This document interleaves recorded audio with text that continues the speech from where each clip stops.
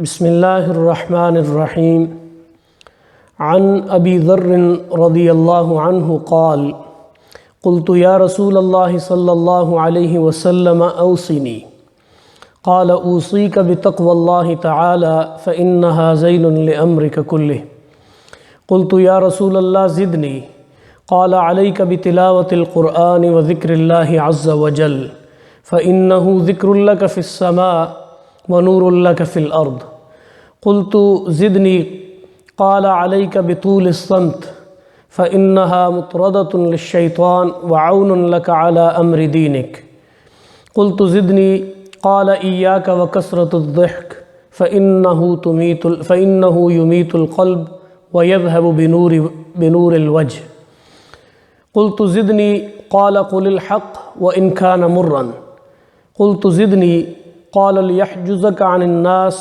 ما تعلم من نفسك او كما قال عليه الصلاة والسلام رواہ احمد۔ سیدنا ابو ذر غفاری رضی اللہ تعالیٰ عنہ، جن کا شمار فقیر اور درویش صحابہ میں ہوتا ہے اور زہد و تقوی کہ آپ انہیں امام کہہ سکتے ہیں، حضور نبی رحمت صلی اللہ علیہ وآلہ وسلم کی بڑے ہی محبوب ساتھیوں میں سے ہیں۔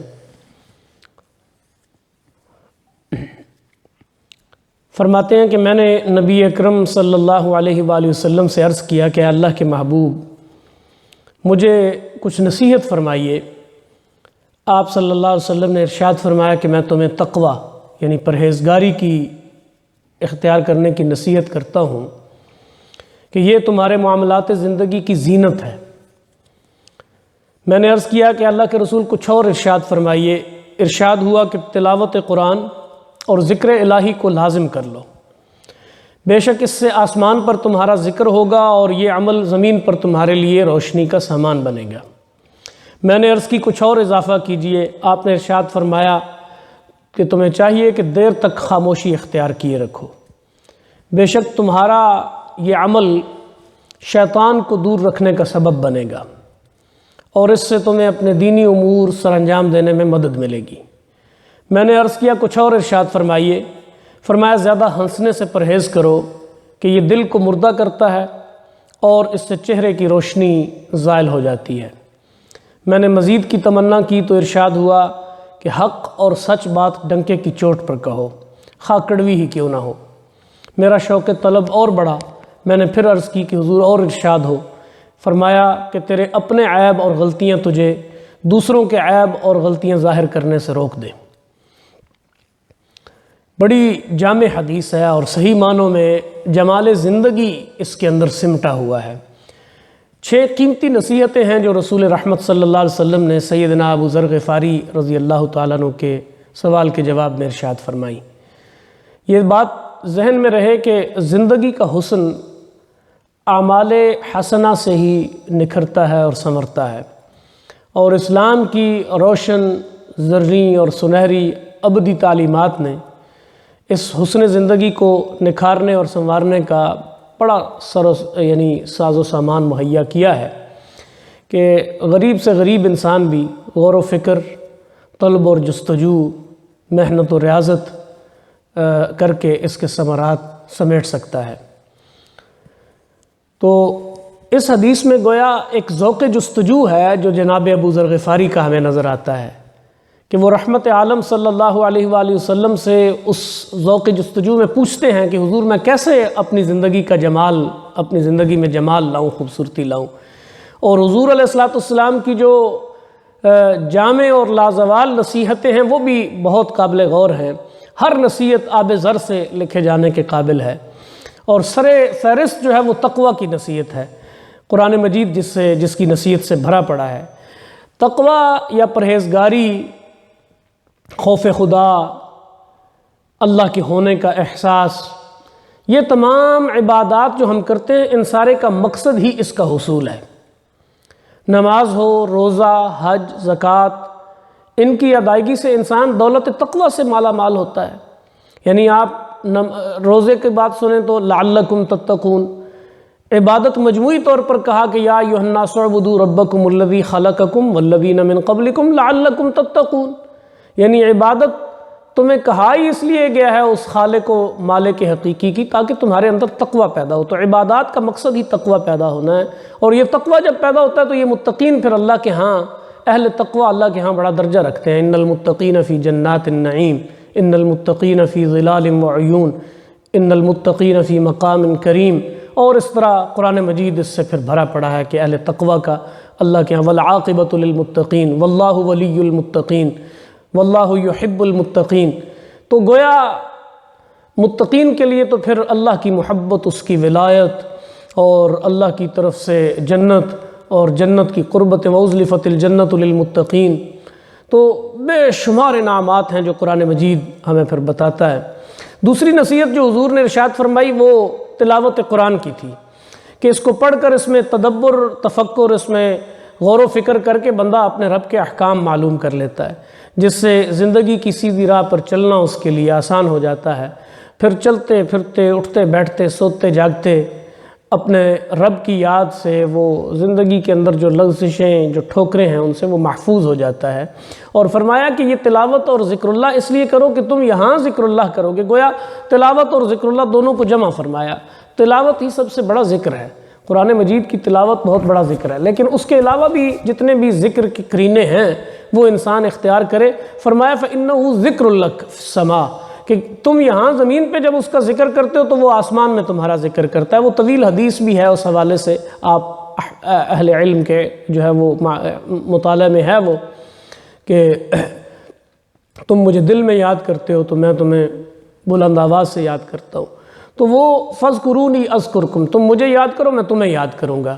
گویا یہ ایک اللہ، یعنی ذکر اللہ کا فی السماء، آسمانوں میں تیرا ذکر جاری ہو جائے گا اور زمین میں تیرے لیے روشنی بن جائے گا۔ گویا قرآن تو نور ہے، نور اس معنی میں یہ ہے کہ ہمیں بتا دیتا ہے کہ کہاں ٹھوکر کا چانس ہے، کہاں لغزش جو ہے وہ تمہیں گرانے کا سبب بن سکتی ہے، تو وہ نور اور روشنی بن جاتا ہے انسان کی زندگی کے اندر۔ تیسری نصیحت ارشاد فرمائی طویل خاموشی اختیار کرنے کی، کہ نہ جانے اولاد آدم کے زبان سے جو ہے وہ بد کلامی، جھوٹ، 100 چیزیں لگائی بجائی، غیبت اور ایسی کتنی ہی لغزشیں جو ہیں وہ سرزد ہو جاتی ہیں، تو جو اس کے لیے تباہی کا سبب بنتی ہیں۔ اور زبان کی کم من قتیل لسان کے فی المقابر، کہ کتنے ہی جو ہے نا وہ زبانوں کے مقتول قبروں میں پڑے ہیں، یعنی جنہیں اور کسی چیز نے نہیں مارا، ان کی زبان نے انہیں قتل کر ڈالا۔ کم من قتیل لسان فی المقابر، کہ کتنے ہی قبروں میں پڑے ہیں جو اپنی زبان کے مقتول ہیں، جنہیں ان کی زبان نے مار ڈالا، ان کی میں انہیں مار گئی۔ کبھی شیطان انہیں فحش کلامی اور بد کلامی اور فحش گوئی جو ہے نا وہ کروا کر دنگا و فساد برپا کرتا ہے، قتل و غارت کی طرف دھکیل دیتا ہے، اور انسان زندگی کے اصل مشن سے غافل ہو جاتا ہے اور چلتا چلا جاتا ہے۔ تو اس لیے حضور علیہ السلام کا ارشاد گرامی یہ بھی ہے کہ من کان یؤمن باللہ والیوم الآخر فلیقل خیرا او لیصمت، کہ زبان کا استعمال، یعنی جسے اللہ اور یوم آخرت پر ایمان ہے وہ زبان کا استعمال ٹھیک کرے، یا تو اچھی بات کہے اگر بولنا ہی ہے، ورنہ خاموش رہے۔ خاموشی ایک بہت بڑی، من صمت نجات، من صمت نجا، جس نے خاموشی اختیار کی وہ نجات پا گیا۔ چوتھی نصیحت بڑی جامع، فرمایا کہ زیادہ ہنسی مذاق اور لہو و لعب سے بچو، کثرت الضحک سے بچو، فَإِنَّهُ يُمِيتُ الْقَلْبِ، یہ دل کو مردہ کر دیتا ہے۔ زیادہ ہنسنا، ہر وقت ٹھٹھا مارتے رہنا، مذاق اڑاتے رہنا، ایک ایسی فضا میں رہنا کہ جس کے اندر بس ہنسی کے فوارے چھوٹ رہے ہیں اور بس وہی ایک معاملہ ہے، اور کسی کو لے کر اس کی ذات کو جو ہے نا وہ ہدف بنا کر ہنسی مذاق کی محفلیں چل رہی ہیں۔ کہا ایسے ہنسی مذاق اور لہو و لعب سے بچو، اس سے دل مردہ ہو جاتا ہے، فہم و شعور کی قوت اور وہ کیفیت رخصت ہو جاتی ہے، اور عقل و فکر کی قوتیں جواب دے جاتی ہیں۔ لیکن یہ بات اس سے یہ کہیں یہ نہ سمجھ لیا جائے کہ اسلام کوئی ایسا خشک دین ہے جو ہنسنے سے منع کرتا ہے، نہیں، اس میں مزاح کی اجازت ہے، خوش طبعی کی اجازت ہے، محدود، یعنی ایک دائرے کے اندر مہذب اور سنجیدہ خوش طبعی اور خوش مزاجی، بلکہ وہ صرف اس کی اجازت ہی نہیں، اس کی طرف حکم ہے یا اس کی تو تحریک دیتا ہے اسلام۔ لیکن جہاں کسی کی دل آزاری ہو، جہاں انداز غیر مہذب اور غیر سنجیدہ ہو جائے، جہاں جو ہے وہ انسانیت کے اس سے گر جائے، شرف سے اور مقام سے بندہ، اس طرح کے کثرت الضحک سے منع فرمایا۔ اور پانچویں نصیحت فرمائی کہ سچائی اور سچی بات کو ڈنکے کی چوٹ کہو، خواہ وہ کتنی ہی تلخ کیوں نہ ہو اور اس کی زد میں کوئی بھی کیوں نہ آتا ہو، ہر مصلحت سے بے نیاز ہو کر اس عمل کو کرو، ہر جو ہے وہ یعنی لومت و لائم سے لاپرواہ ہو کر، کہ ملامت کرنے والے کی کوئی ملامت تمہیں حق بات کہنے سے نہ روکے۔ جو بات حق ہے، راستی اور سچائی، یہ علم ہمیشہ بلند ہونا چاہیے، اور اس حوالے سے کوئی جو ہے وہ انسان کسی بھی رکاوٹ اور کسی بھی تعلق کو خاطر میں نہ لائے۔ بات جو حق ہے اس حق کو پوری طرح سے اس کی زبان پہ جاری و ساری رہنا چاہیے۔